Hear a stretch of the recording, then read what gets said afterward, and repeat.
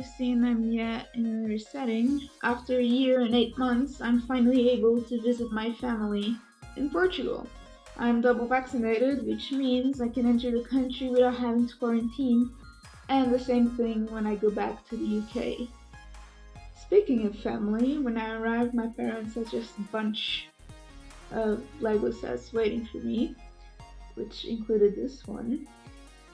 Although I probably won't be able to build all of them on this trip, so we'll have to wait until New Year's, which is when I'll be able to come back. Hopefully. Also, I have to thank my parents because they're like the best parents in the world, even if I get annoyed sometimes, but that's just, how parents are supposed to be. So I'm told. The first one I've built is the Marvel Studios Iron Man from the LEGO art line. I'm doing the big one, Ultimate Marvel Studios Iron Man, which combines 3 boxes to make Iron Man shooting one of his repulsors. I think the right one. Yes, the right hand. I don't know how many pieces it has. If we combine all of the pieces in 3 boxes, like 9,000, but a lot of them aren't used because they're needed for like different colors, not exactly for the whole thing. It's weird. I'm not sure how many pieces it is. I tried to find it online, but I couldn't. And I could have done math technically, but I didn't. So let's say 7,000. Yeah, something like that. Also, the set comes with a soundtrack, which I'm sure it's great. Although I didn't listen to it. Yeah, I know. I started listening to it and it started just people talking, so I was a bit confused about it. And then just turn it off. Oh well. I was pretty excited about the sets when they first were released, but when were they released? Like a year ago, maybe? More. They were, I don't know, let's say around a year ago. But after some time, I was a bit nervous building it because I had seen some posts on the LEGO community on Reddit, and some people were finding it quite a bit repetitive and tedious to build, so I was a bit worried I wouldn't enjoy it. But it turns out I did enjoy it building it. There were some areas that were a bit, will this ever end? Especially the black and blue squares, which is like the empty space in the whole picture thing. But there also wasn't as bad as on Reddit. I guess everyone has different experiences, but I didn't find it as bad. I do recommend listening to something while you're building, like the soundtrack that it comes with, which I'm going to assume it's good. I don't know. Or a TV show you enjoy. I did the latter one and watched. Well, listen to Modern Family while building it. I caught up in the last season, which I haven't seen yet. Also, my phone keeps dinging. Sorry. I'm very professional, I promise.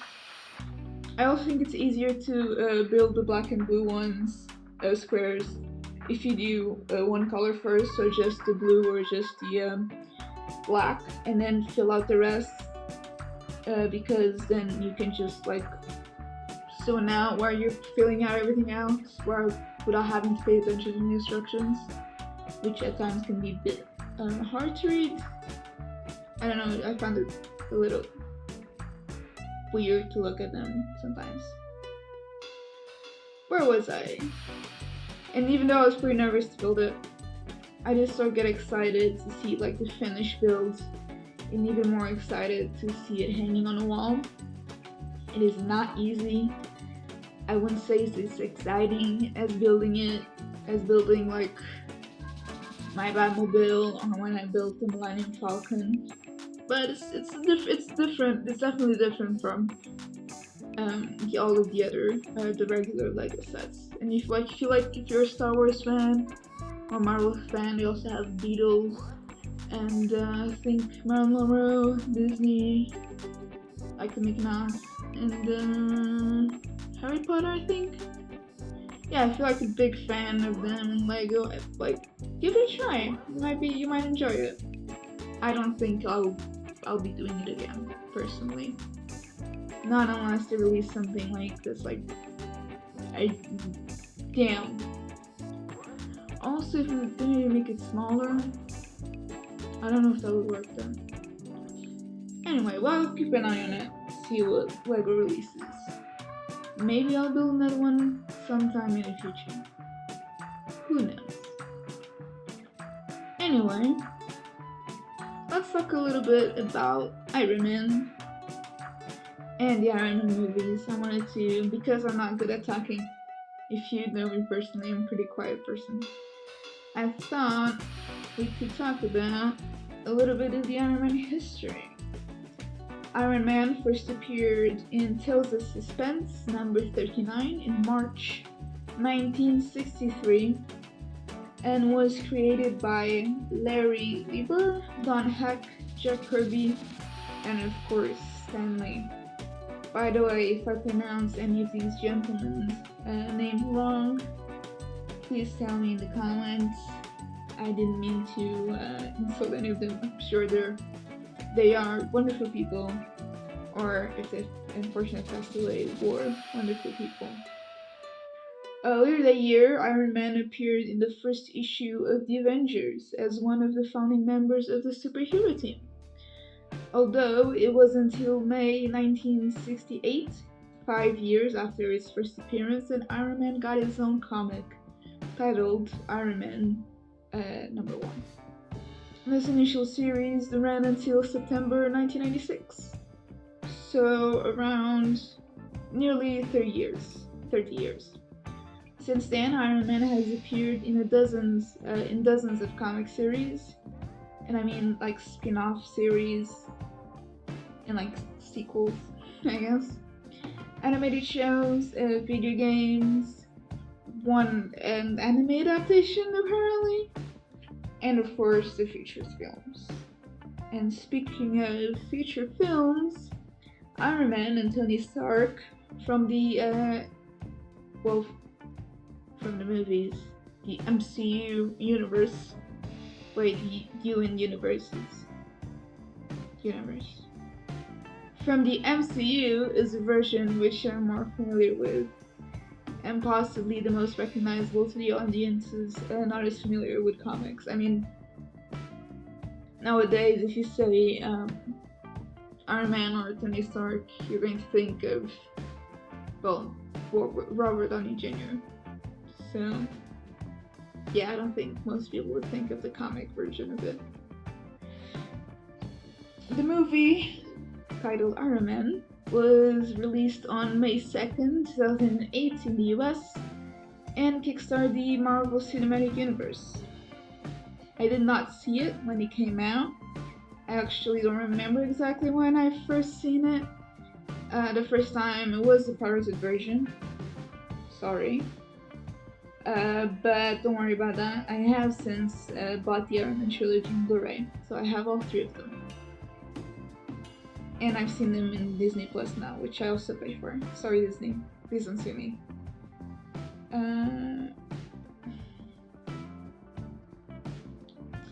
Yeah, the first time I've actually seen Iron Man on big screen was in Avengers Age of Ultron, which some would argue is like the worst Avengers film.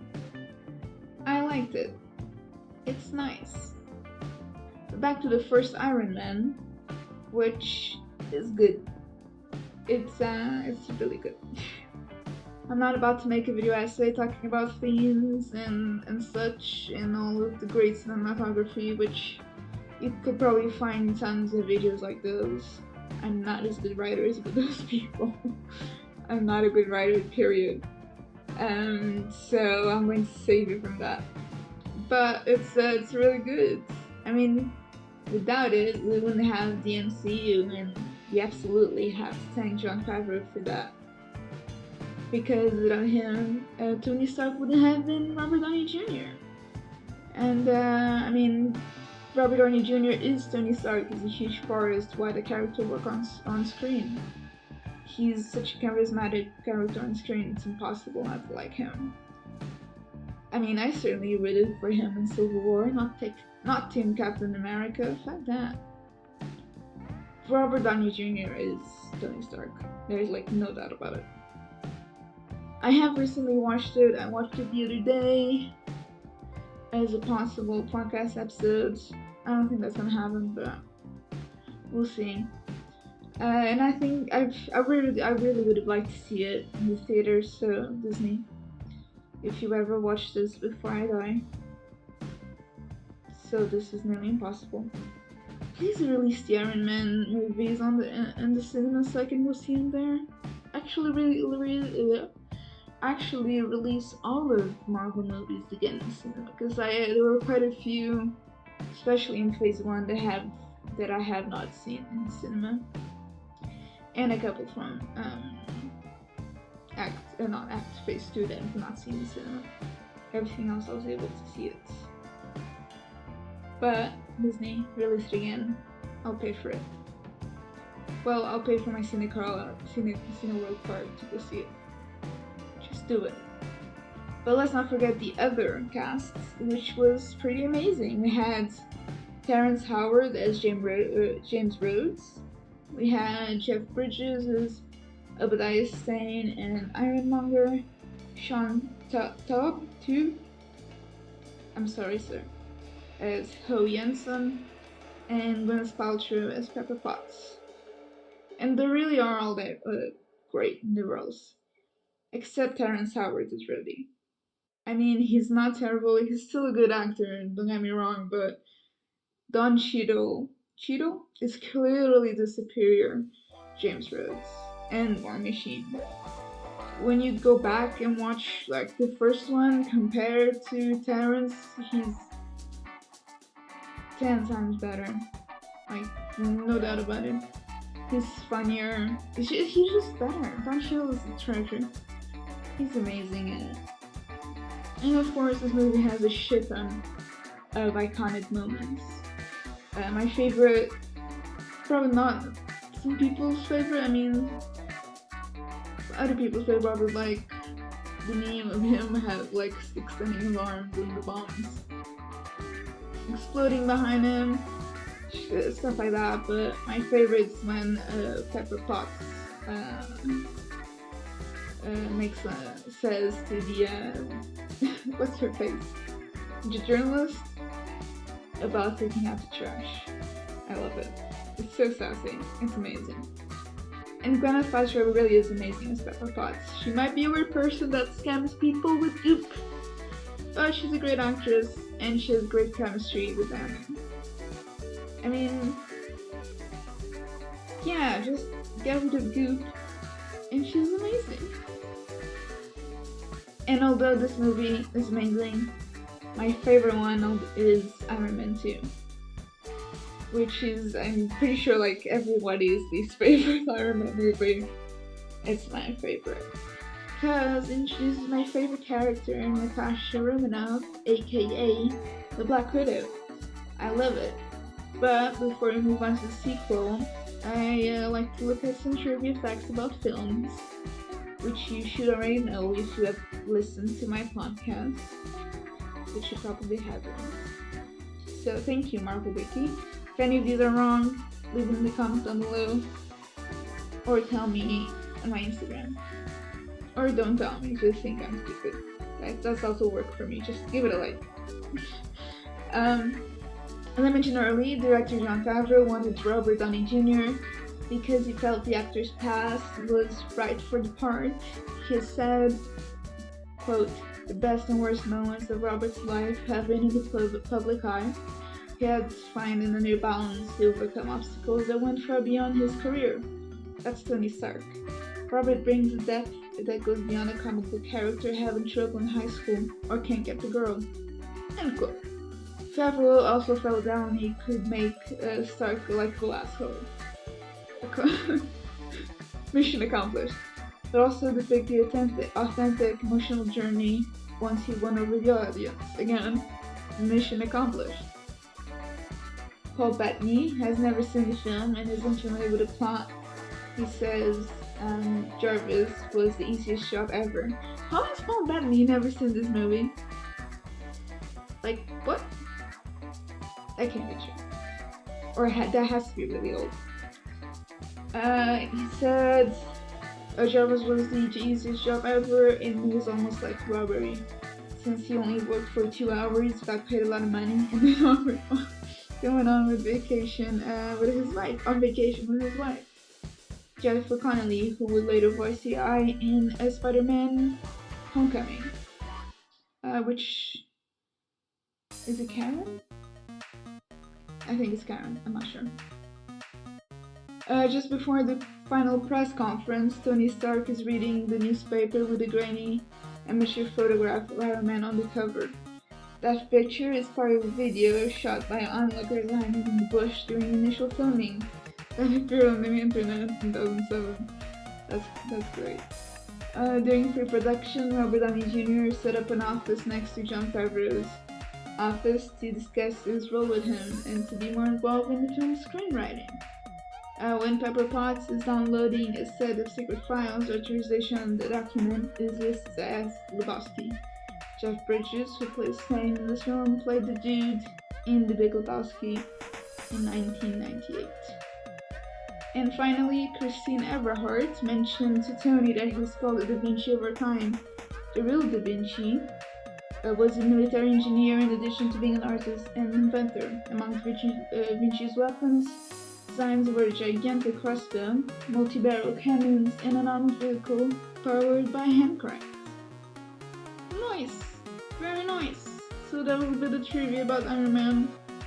The first one, I have a few other ones for the rest of the other films. Back to Iron Man 2. I like it. Is it as great as Iron Man 1? No.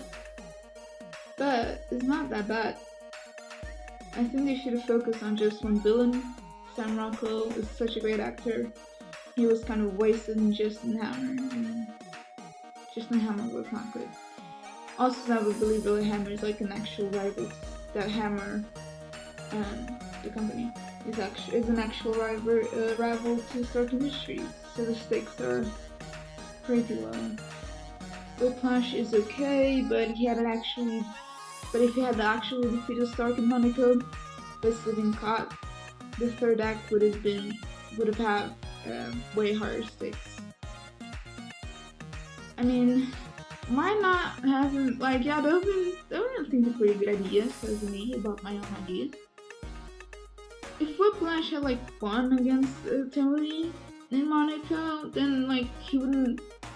Well, I guess he wouldn't have him caught, but like they could have found a way to have him still be caught, and it would have been a bigger threat when he escapes prison and goes work with Hammer, or just have him work alone.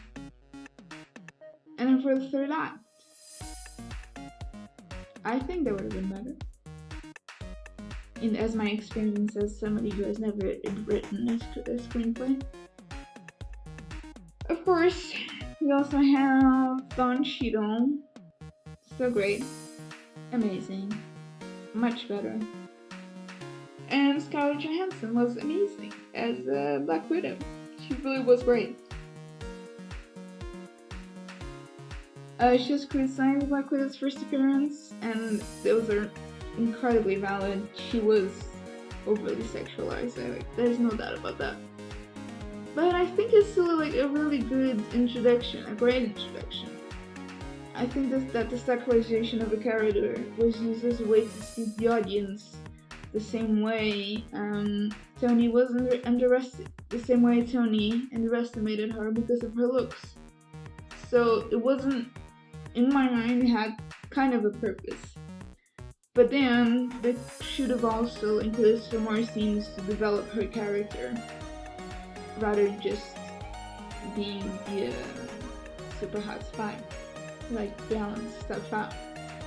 I think it was still great though. Natasha kicks ass in this film, and I think the Latin scene with her and Tony is fucking hilarious. It really is. I really like it. Some fun facts about Iron Man 2. Jon Favreau had a lot of friction with the Marvel higher-ups due to their constant intervention, to the point that they were having him rewrite the script as the film was still shooting.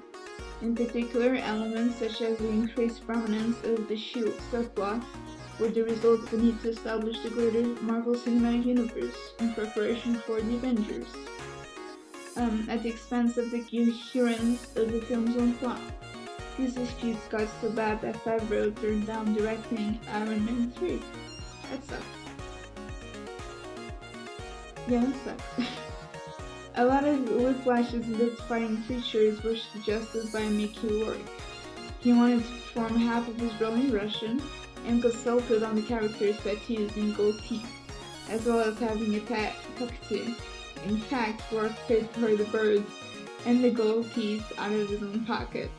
I'm not sure how much, especially the bird, helped the characters. Kind of bizarre, really. But I don't know. What was the point of the bird? Like, honestly, leave the bird out of it. Scarlett Johansson dyed her hair red before she even got the part of Natasha Romanoff, aka Black Widow, because she wanted the role so badly. Which was, Emily Blunt was almost got the role. I wonder if she regretted dyeing her hair red if she hadn't gotten her role. Good for her though. Although Mickey Rourke spent several months on a treadmill and weight training, he initially was still unable to move around and use the whip prop in the Whiplash outfit test, due to its sheer weight. To get around this problem, Rourke would wear heavy vests in subsequent physical training sessions to accustom his body in moving while wearing heavy armor. When Tony Stark, Robert Downey Jr., asks Natalie Portman, Scarlett, if she actually speaks Latin, she responds with the phrase "Fallaces sunt rerum species," a quote from Lucio Anil Seneca, meaning the appearances of things are deceptive. When first talking with Senator Stern, Tony Stark says he would gladly accept the position of the Secretary of Defense. In the comics, Tony Stark actually was appointed Secretary of Defense. This is Scarlett Johansson's third foray into comic book films. Her first comic book films were Ghost World in 2001 and The Spirit in 2008, in which her character worked for the Octopus, played by Samuel Jackson.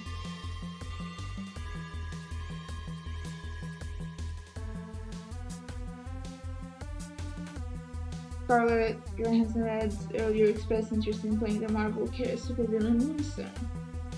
I don't know who that is, unless I'm not super familiar with comics. Moving on from my favorite Iron Man movie, let's talk a little bit about my least favorite Iron Man movie, Iron Man 3. This is, again, I did not see this in the cinema, and I have probably only seen it once, I think. It was released in 2013 following the Avengers, and kickstarted Phase 2, which has some of my favorite Marvel movies, like Captain America, The Winter Soldier, and Guardians of the Galaxy. To me, I feel like it's the weakest of the trilogy, even if it was received better by the critics than Iron Man 2. It's just much more unremarkable. The villain is once again a company rival that's denied by Tony, and the Mandarin twist is kind of gross. I'm not as familiar with that in the comics, but surely they could have picked a different villain, or actually done a Mandarin story, especially since it would link back to Tony's kidnapping in the first movie.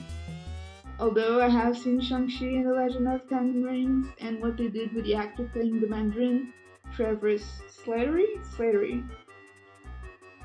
It's pretty funny and really wholesome.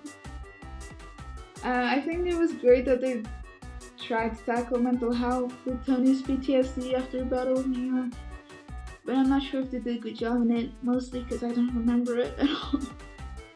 And other than that, I don't think I really enjoyed much. I didn't like the Home Alone type of break-in, like DIY. I mean, with Tony, the Iron Man suit is already do yourself. Well, I didn't like it. The villain was underwhelming. I thought the cameo from the kid was cool in Endgame, but it took me a while to realize who he was. Plus, Ian Grandison has to be one of the most underwhelming and makes Bruce Banner seem like a bit of an ass who falls asleep while their friends like talking with them. It's what the fuck, Bruce? What the fuck? Some trivia facts about this one. As I said earlier, it was released in 2013, and so it marked the 50th anniversary of the Iron Man. AIM, Advanced Idea Mechanics, is the scientific organization headed by Audrey Killian.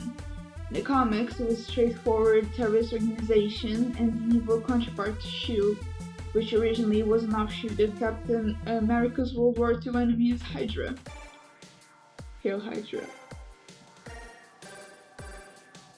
Pepper's brief wearing of the armor is a nod to Pepper Potts' one-time career as a superhero rescue in the Invincible Iron Man comic book series from 2009-2012. This thing, Rescue, also appears in Endgame, which is also kind of cool. I don't remember her wearing the armor, except when she's being saved by it in the explosion. I think that's it. It's not a great nod. The Iron Man movie, this is the only Iron Man movie not to feature any songs by AC/DC. Not a big fan of AC/DC. Seems kind of weird not including it. Disney bought the distribution rights from Paramount Pictures for $150 million US dollars. This deal also included the Avengers. However, as with the Avengers, under the conditions of the deal, Paramount Pictures will be the studio logo to appear, not Disney's. No reference to Disney was made until the end of the closing credits, which said distributed by Walt Disney Studios Motion Pictures.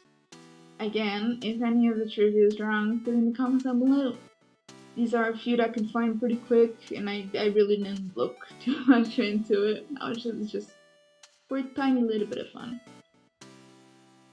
Of course, Iron Man has also appeared in a bunch of other Marvel movies, probably more than any other character, except maybe Nick Fury, I think. These include all of the Avenger movies, Captain America Civil War, Spider-Man Homecoming, and Far From Home, although in the second one it was only pictures of him. And I think the Incredible Hulk in the end credits scene. I think that's all of them.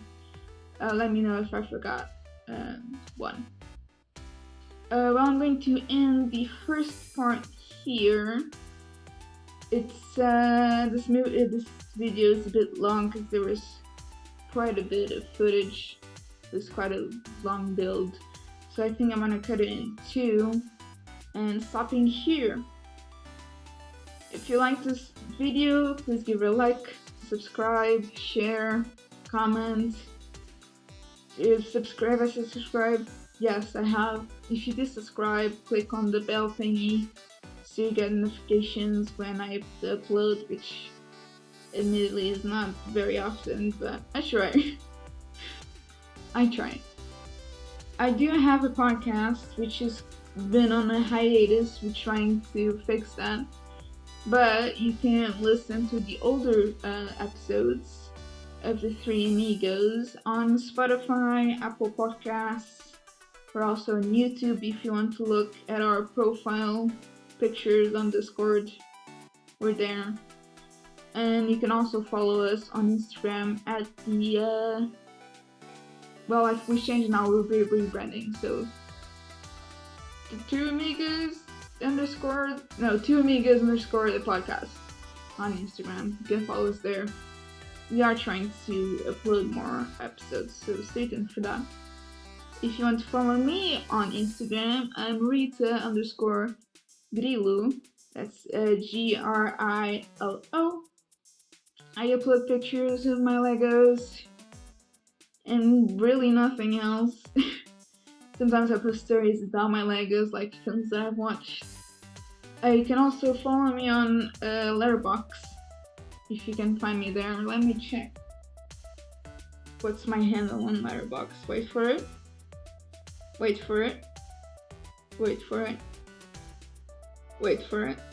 Senorita. That's C for cat, Inerita. I put all of the films that I watch in the cinema there, and a few others. I don't really review them, I just gave them like a 5-star rating. But you can follow me and maybe I'll start doing reviews. I won't. Just see if I like maybe the same films as you do. So yeah, share this video, comment, subscribe, smash that like button, all of the things. I will see you in part 2 of this video. But I'm not sure what to talk about. Actually, I think I'll run out of things to say on the second video, so yeah, I don't know what I'm going to do for that one. See you then. Have a great day. Bye.